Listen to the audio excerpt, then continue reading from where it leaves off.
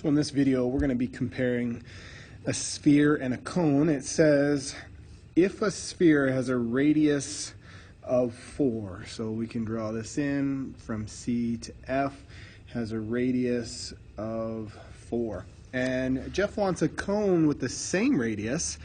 So if we look at our cone, then A to C, which is our radius here of the base, same radius, 4, but a volume half of the volume of the sphere.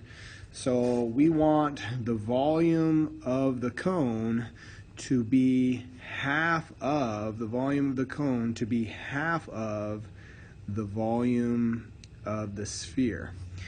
What should the value of the height? So we are solving for the height of the cone, or this distance from D to C. What should the height be?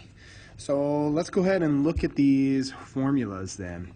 If we have the volume of the cone should be equal to half of the volume of the sphere. Another way to look at that is if we multiplied both sides by 2.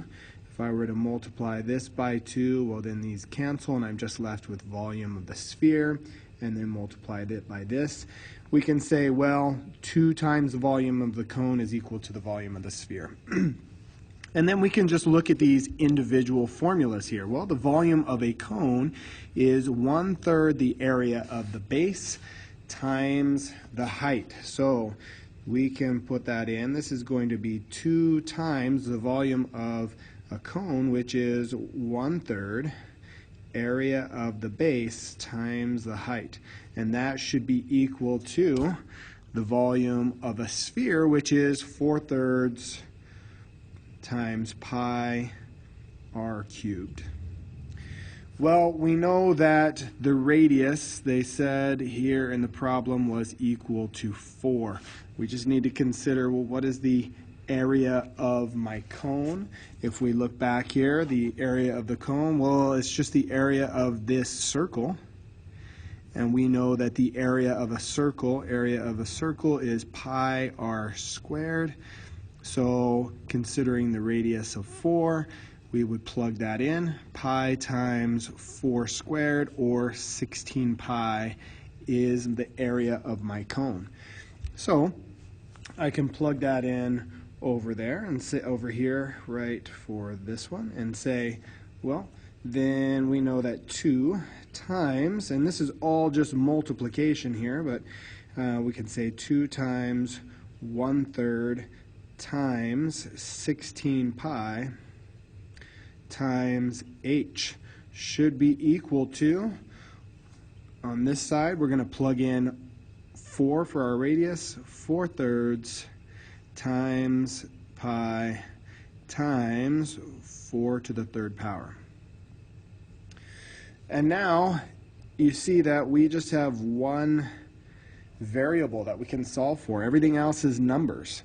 So we can go ahead and start to simplify here. Well, let's see. So we've got 4 to the 3rd power. So 4 to the 3rd power here is 4 times 4 times 4, which is 64. So we can, let's see, 4 to the 3rd power is 64. So I would say 4/3 times pi times 64 is equal to, and over here we can combine like terms here. Well, 2 times 16 pi, that's going to be 32 pi. So we have 32 pi over 3 times h.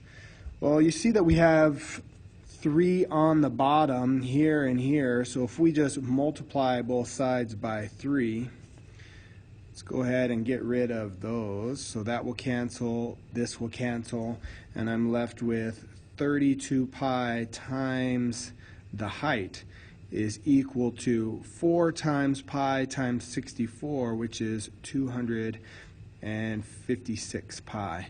And then finally we can just divide by 32 pi on both sides. 32 pi divided by 32 pi leaves me with h. Of course, my pi's cancel. Pi divided by pi is 1. And then 256 divided by 32 should give me a height of 8. And we are done.